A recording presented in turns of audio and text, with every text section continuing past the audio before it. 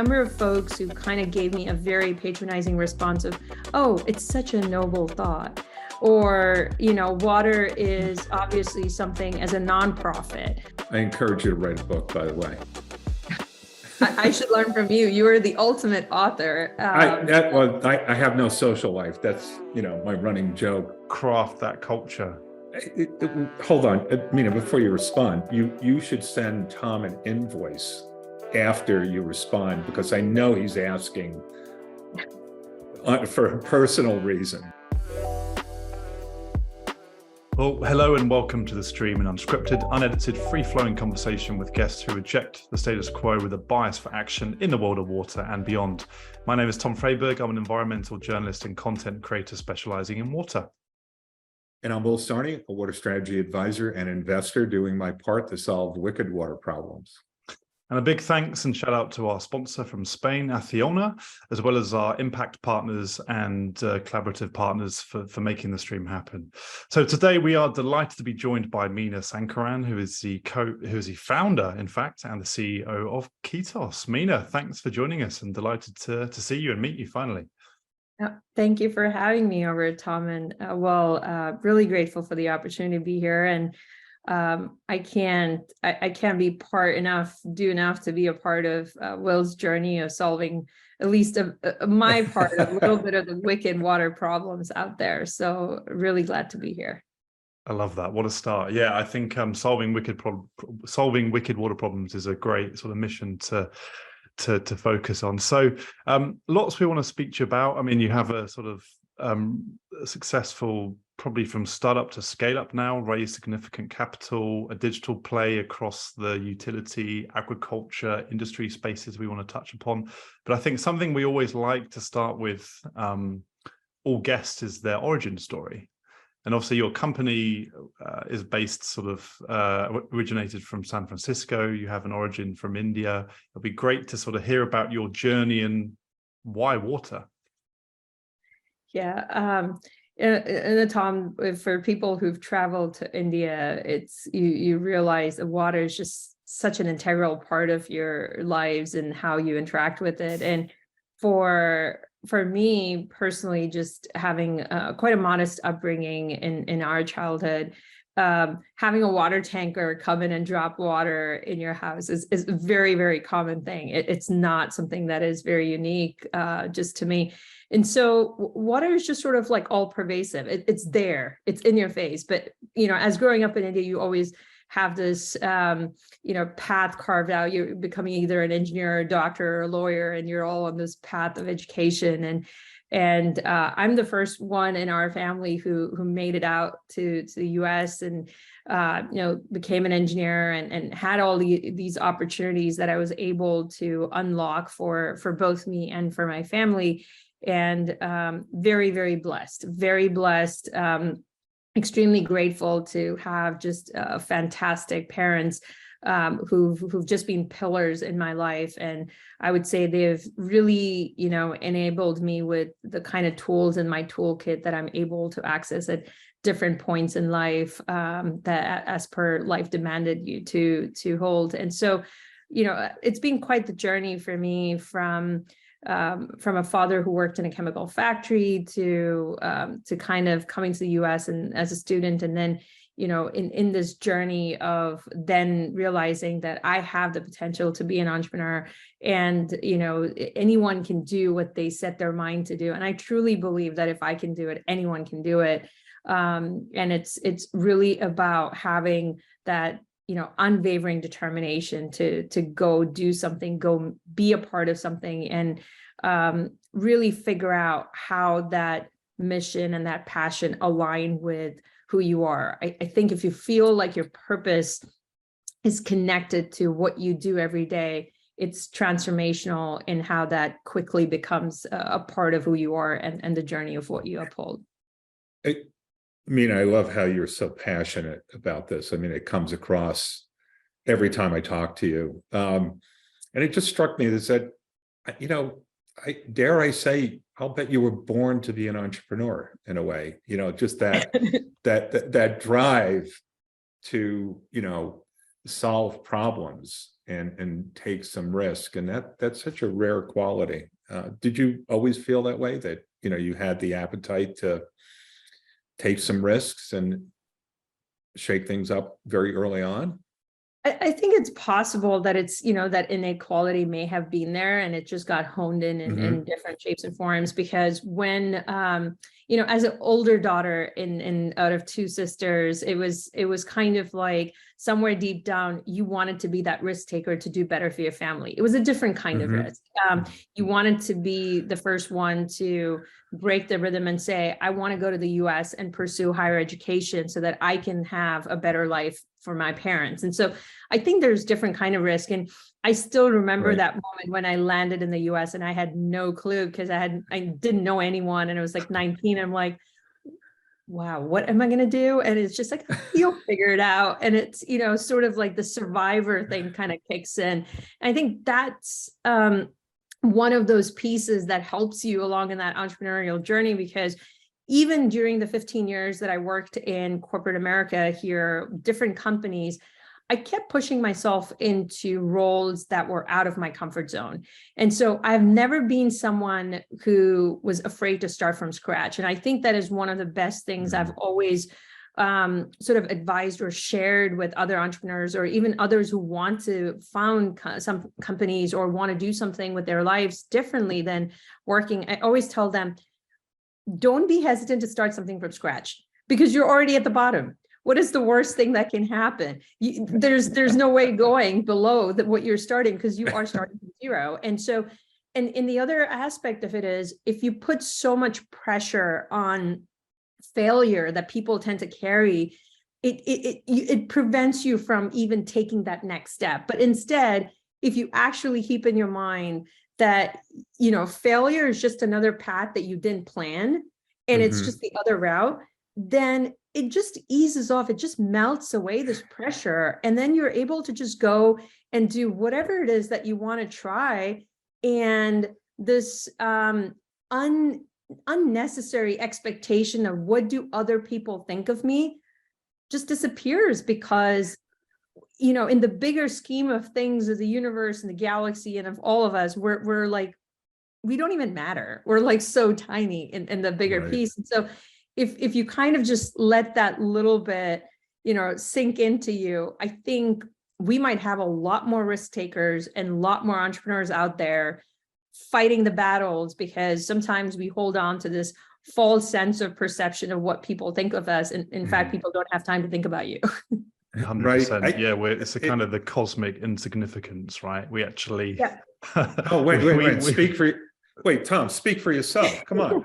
Hey, stay humble, right? No, that's good. I'm making a joke. But I mean, Meena, I think you mentioned there, like the fear, you articulated it really well. The fear of failure is perhaps one of the biggest things that stops potential entrepreneurs from making that leap, right? And I think even when, it's a different scale, but when I made the leap to found my own media company back in 2018, it was one comment from a friend, another entrepreneur who's gone on to do very well in the fitness business. He said, instead of thinking about everything that can go wrong, think about everything that could go right. And just flip the mindset. We tend to, I think, as human beings, we think, God, what happens if I don't bring in enough money? I'm not going to be able to pay the mortgage. The house is going to get repossessed. And this is just a natural kind of human instinct and fear, right? So when you made that jump then from landing in the US, kind of working as an engineer, to becoming the entrepreneur, did you have any kind of voices of reason that were sat on your shoulder to say, Meena, do it, you can make this work? Tom, believe it or not, there were more voices telling me not to do it than the voices. Because, having come to Silicon Valley and working in a lucrative job, there were, typically Indian families always think about stability and security. And that's why they're so focused on titles and promotions. And, it's kind of stereotypical about it. But the number of people who have worked with me in the past that told me not to get into water, and even if I wanted to do a startup, do something in storage and data center, because I kind of came from the enterprise tech sector. And So was overwhelming. And the number of folks who kind of gave me a very patronizing response of, oh, it's such a noble thought. Or, water is obviously something as a nonprofit, what was so common. But what I landed up doing with that is I took it as more fuel to the fire, because now I really wanted to kind of go and do something about this, because I thought to myself, every person who advised me saying, go do a startup and then become a millionaire, Meena, then become a philanthropist, and then use that philanthropy to go do some good stuff in water. This was kind of the cycle that everybody advised. And I thought to myself, wait a minute, first off, the chances of you making a successful startup is like slim to none. Then I'm going to be a philanthropist. Then if I have the capital, I'm actually going to do some good. And who knows if I'm going to be alive till then. So you put so many blockers for yourself. It's self-created. What if I actually wanted to make a difference in anything that I do today? And that becomes your life. Then you're not waiting for something to happen before you actually do it in your life. And then what you do becomes your life, and it's no longer feels like a job. So I think that it took a lot of grit at that point, and what was one of the toughest moments in 2015 to transition, saying that, no, I am going to do something in water. I want to solve a problem that not only has a massive commercial viability, but actually does social, has a social impact. I'm going to build a team and a culture of people that are mission driven and are purpose led. And that is going to be the core pillar of why we exist as a company. And yes, it is going to be in water, because I do believe future wars will be fought on water, and we all can see all the chaos that's happening with water. For years, California was a drought, and now we're in flood zone. So you cannot ignore water, no matter how much you try to. And people who think that it's another thing and we don't need to solve for it, have some grave news coming at them, because their future generations are not going to really even have a precious resource like, water for a lot of reasons that we don't want to get into here. But I think, if anything, more entrepreneurs need to be encouraged to get into water. More investors need to be supporting the ecosystem to get into water. More investors need to have a better appetite for the risk to get into water. If anything, entrepreneurs who are getting into water are penalized a lot more than other entrepreneurs. There's a very different bar set for people who are getting into water startups versus other startups, because water is just harder. So let's just make it even more harder for that entrepreneur. And then if the entrepreneur actually gets into hardware, because water actually is demanding of, hardware and software solution, then let's make it even harder for them, because everybody knows hardware is hard. So if you make it harder and harder and harder for that water entrepreneur, you're going to have a very few trickling ones that finally still haven't, completely exhausted their motivation to go and do something. So my heart goes off to every single water entrepreneur out there, because they're definitely the best of the best and the cream of the lot for the resilience and the grit in order to sustain in this sector. Hey, Meena, with respect to investors, this is a really critical point. I mean, how do you communicate to investors that the water sector is in fact unique in terms of how innovation happens, how it doesn't happen?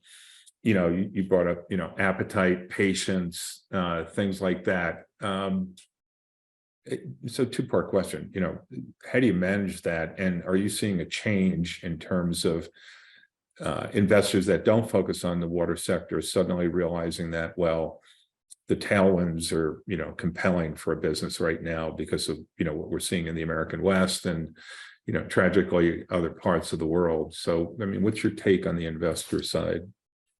I think the investor one is still a difficult one, mainly because as entrepreneurs, it's very important to separate the signal from the noise, because there are a lot of people who are doing lip service. there are a lot of folks who will say the right things that you want to hear about investing in climate related problems. And by the way, suddenly climate related problems does not involve water startups. So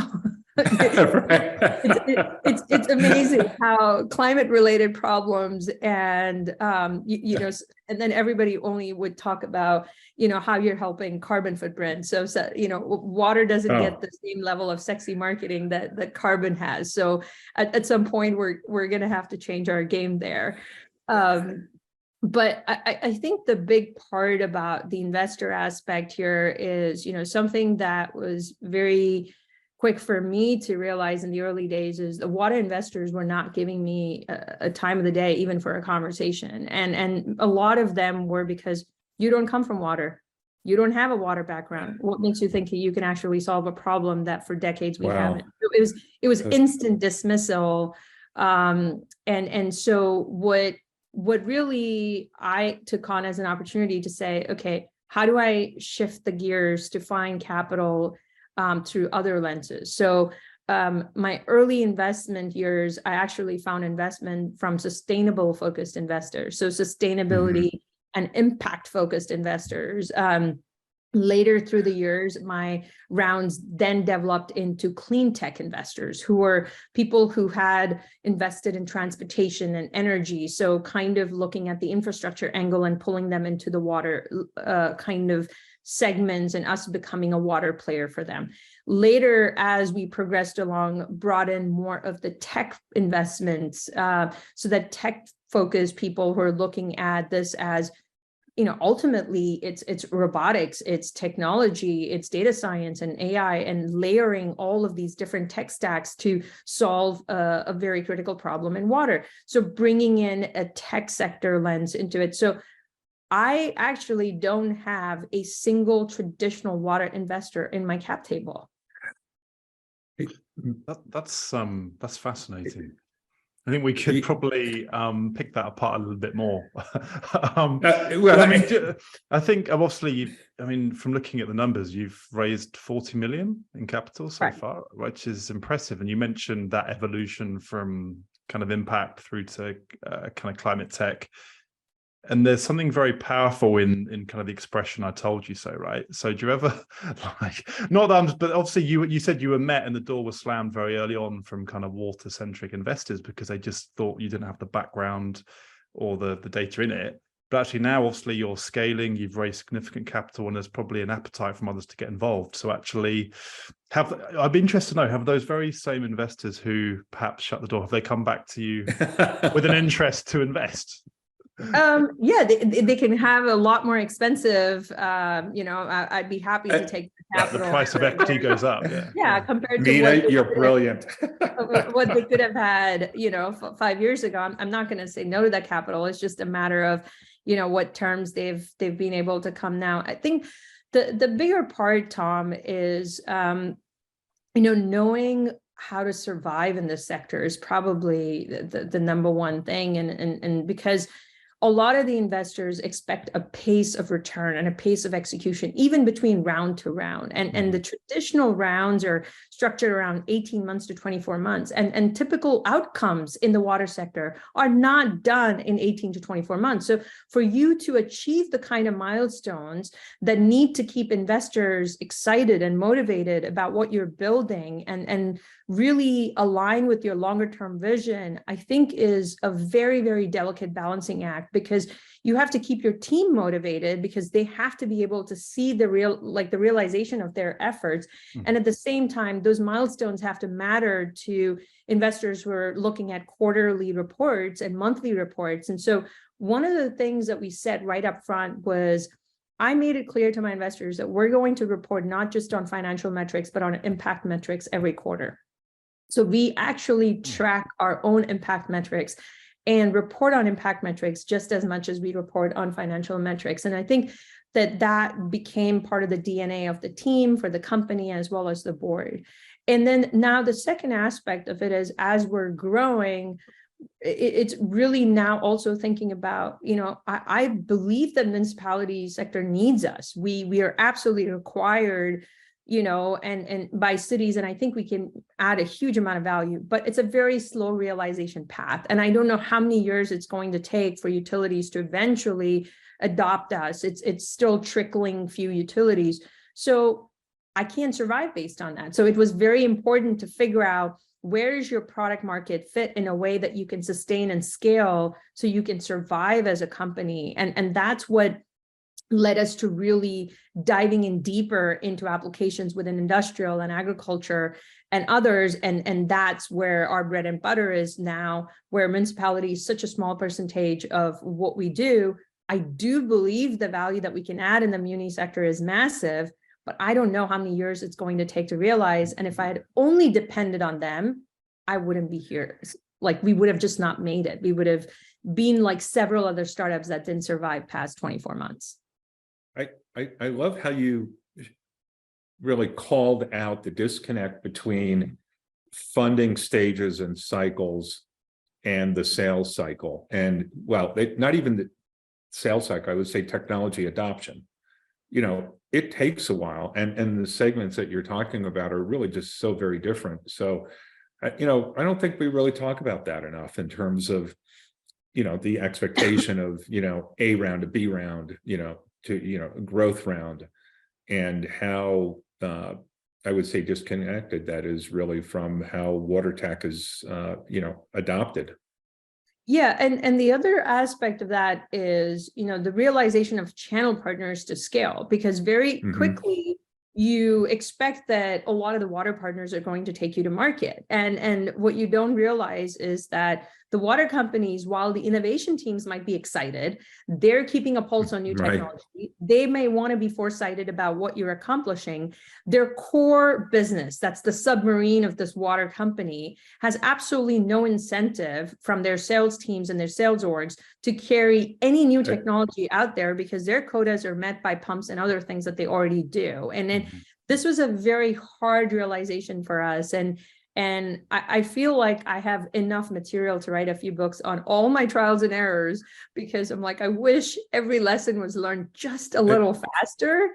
But, that's part of the journey. It's, learning and burning as you're learning, and making sure that, hopefully I can help another entrepreneur not make the same mistakes. I'm sure they'll make a ton of their own mistakes, but at least hopefully it's an original one and not something that somebody else repeated. Right. I encourage you to write a book, by the way. I should learn from you. You are the ultimate author. I have no social life. That's, my running joke, but no, seriously, I encourage you to write it. Thanks. I think Tales from the Aquapreneur. There you go. There's a title. Yeah, right. But I think it's really interesting, Meena, how you mentioned that if you only solely relied on that utility space for your revenues to kind of appease your investors and the team, and there was just a mismatch between the sales cycles, and actually that play into agriculture, into industry. Because at the very start, you said the mission was to kind of help solve a water challenge. And often we talk about the water energy nexus, right? Water crossing and linking those industries. And I find that really interesting, because your solution is across all three of them, right? And that was very purposely done. So in terms of when they all three of them require very different sort of go-to market strategy, different kind of, so how did you go about that from the very beginning in terms of organizing your team? And whether you're approaching agriculture or utilities, they're both very, very different. Yeah, and you'll be surprised to learn that I am our chief commercial officer, so we haven't, we're still on the lookout to make sure that we hire a head of sales. And I think that I did a few different trials on the sales front from a go-to-market perspective, Tom. But the first one being, very naturally, your inclination was to bring somebody from the water sector, from bring in traditional water company person. But what I realized was unless they have that creative angle of seeing how different go-to-market needs to be, it was very difficult to get them out of the traditional water utility sector of mindset of selling, and very Rolodex driven approach. And the future of any solution coming into water, if it's successful, it has to be interdisciplinary. And, if you think about Ketos, we're kind of at the intersection of robotics meets material science meets data science with IoT in the world of water. It's very, very interdisciplinary, very, very cross-functional. And I truly believe that we're solving something that people have not been able to solve for a few decades, purely based on how we've gone about solving that problem at a very design level, at a hardware level, at a sensor level, at a philosophy of how we layered the stack. And so it's not just taking a couple of pieces of hardware, packaging it, and plastering a software layer on top. And I think if that was the case, then many people would have replicated what we've done, and we wouldn't be at the scenario where we are now after 5 years or 7 years as the founding of the company. So I think when you look to these layers and you see the go-to-market, at that point, it realized that it's not about where they come from, it's about how they think.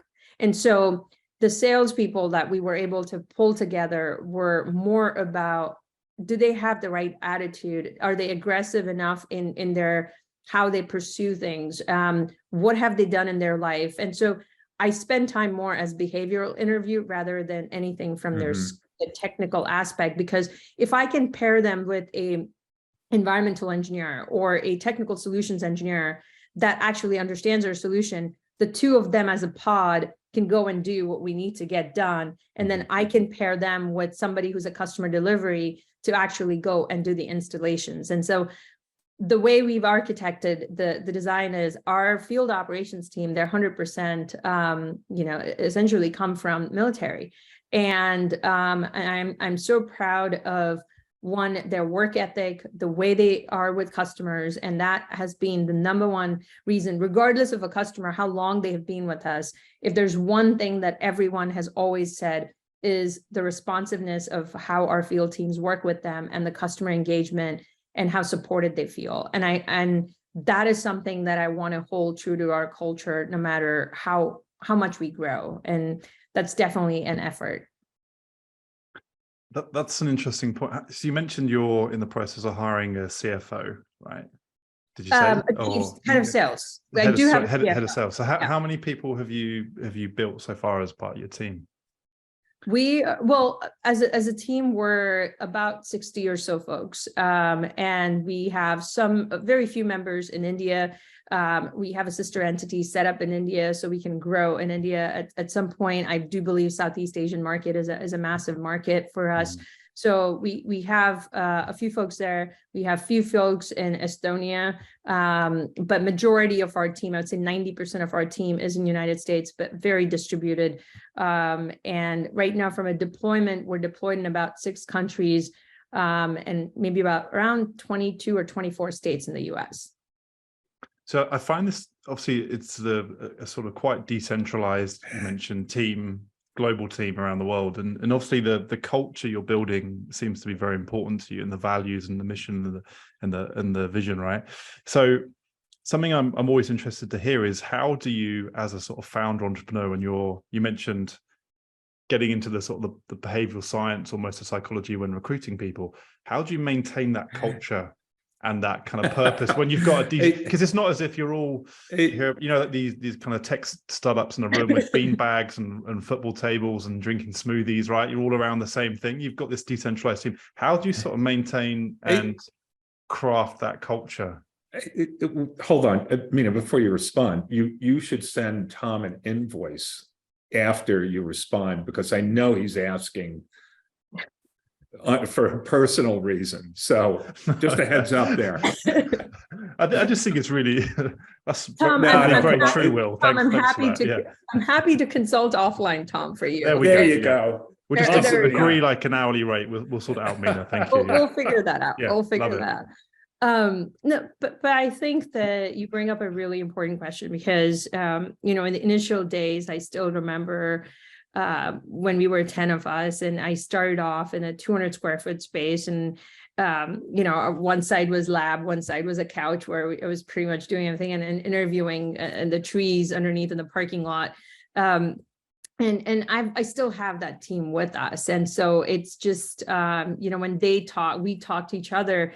I'm very conscious with all the new folks coming in that they shouldn't feel like there's a clique, the initial group of 10 people and then the rest of the gang. It's so important to have that. And so I've been very conscious of that. The second is, I personally take an interest in making sure that I'm working with my HR and people ops person constantly to figure out what are the kind of things that we're doing to ensure that people feel appreciated, people feel acknowledged with what they're doing, and simple activities that bring people together, even if it's just a monthly birthday celebration that we do. And so I have a long list of things, Tom, that we try to do that may sound very goofy. And for some who come from very different backgrounds, maybe like, what a waste of time. But I truly believe that even if it gets a few of them going, it just makes a difference, because I'm sure there are people who don't want to be part of things and they just want to do their job remotely in a distributed site. And there are those folks, but I want to believe that majority of the folks who are part of a company want to feel like they belong. And if that's the case, then I'm catering to that majority. But at the same time, respecting the space that the minority of the group may want to feel. And I think that's why having a variety of things to do, such that it kind of caters to different folks is super important. My ideal world, I would love to have an entire team in one office, because I am that kind of person who really engages at that level. But now we have a group of people in Texas. We have a group of people in California. Our future growth is all happening in Texas. I have relocated to Texas as of a year ago.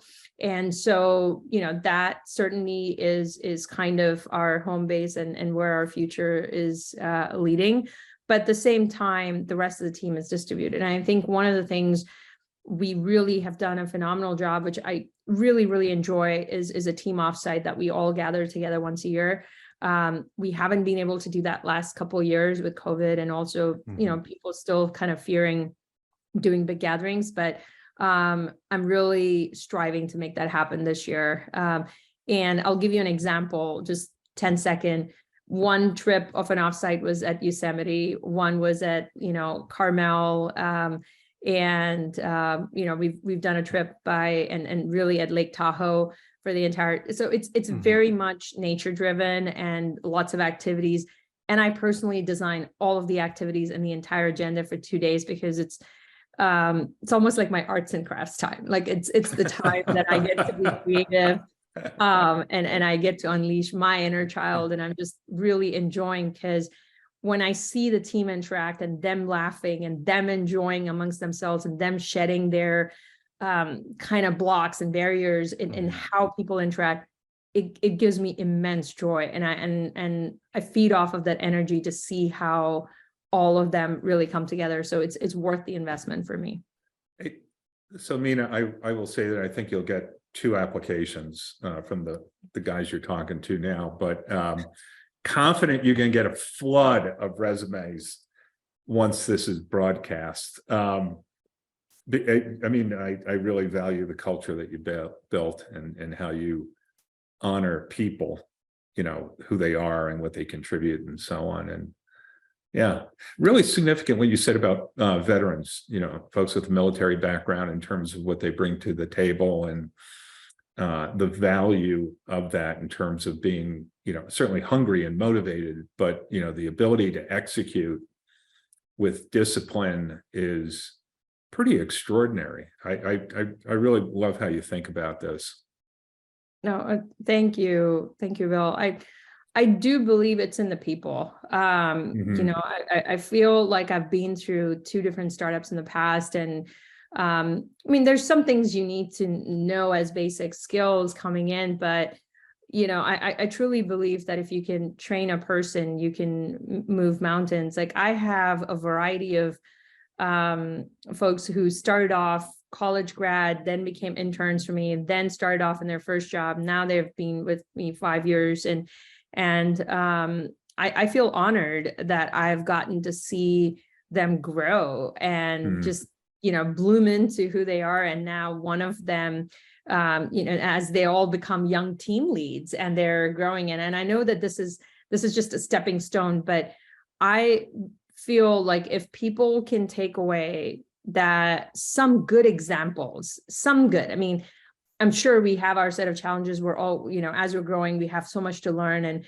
finding every person who aligns into the mold is also very difficult. And there's always room to constantly improve. But if every person who's worked at Ketos can go into a future company, at least taking a few examples of what is good and what is right and in their experience, then I feel like I've done something right. Because when I look at my past, I always think about different scenarios and different roles I've played. And I think about what was right in there. And I find 10 things of what not to do. And I'm like, oh, gee, okay. At least I got that part figured out. So I definitely hope that people have some positive examples to carry forward in their careers. Amazing. Yeah, totally echo what Will said. It seems you're building this amazing sort of culture rooted around that mission of kind of solving this huge environmental challenge as well.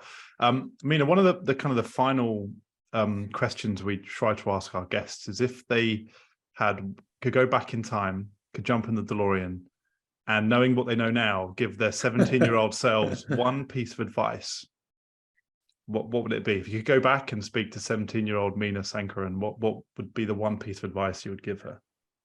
I would have started trying to become friends with people like Richard Branson and other people far young. So I've had some, uncles to tap on their shoulder and be like, let me get the right check at the right time. So, you accelerate some of this. So befriend billionaires. Befriend billionaires early on, get it going, I love that. That's pretty solid advice, isn't it? Yeah. We've never heard that. Why should you get to know them only after you've hit a certain trajectory when you yourself can start solving, get it early and get that support. But I mean, all jokes set aside, I think that, for me, it's, I wouldn't change a thing in my trajectory of what I've done. Even every lesson learned, every fire drill that we've gone through, it's just the biggest thing I would say is, whatever you thought would take for accomplishing in water, just double everything that you thought it would take, because it's it's going to take that much longer. But if anything, even start younger. Don't wait. I mean, I waited 15 years because I had commitments, I had responsibilities, and I needed to take care of that before I could do what I wanted to do. Mm-hmm. But if you have the opportunity, don't wait. Try to start as young as possible. There's never a perfect path, and just don't focus too much on perfection, and truly don't spend too much time thinking about what other people think of you or your decisions or your actions. I think a lot of young people, or at least told by parents and family when we're raised, that you have to care about what other people think of you and what you're doing. And I think that you lose so much of your energy trying to please others when it's you should just be focusing on making the better version of yourself. That is amazing advice. You're a good human, Meena. Really. Oh, thanks, Will. Appreciate it. Thanks to my sincerely. parents. Yeah, no, I think you've articulated what? Well, thank your parents. That's good. That's really good. Amazing. Yeah, I definitely think as advice to future entrepreneurs, there's some nuggets of wisdom in there. Thanks so much, Meena. It's been really good to kind of I think get to know you, hear more about your sort of entrepreneurial trials and tribulations throughout the years and your advice to other sort of entrepreneurs looking to get into the water sector. So yeah, congratulations on the success so far with the company and the continued sort of purpose to within the water sector. So yeah, appreciate your time. Thanks so much. Oh, thank you for Meena. having me. Thank you, Will. It was awesome.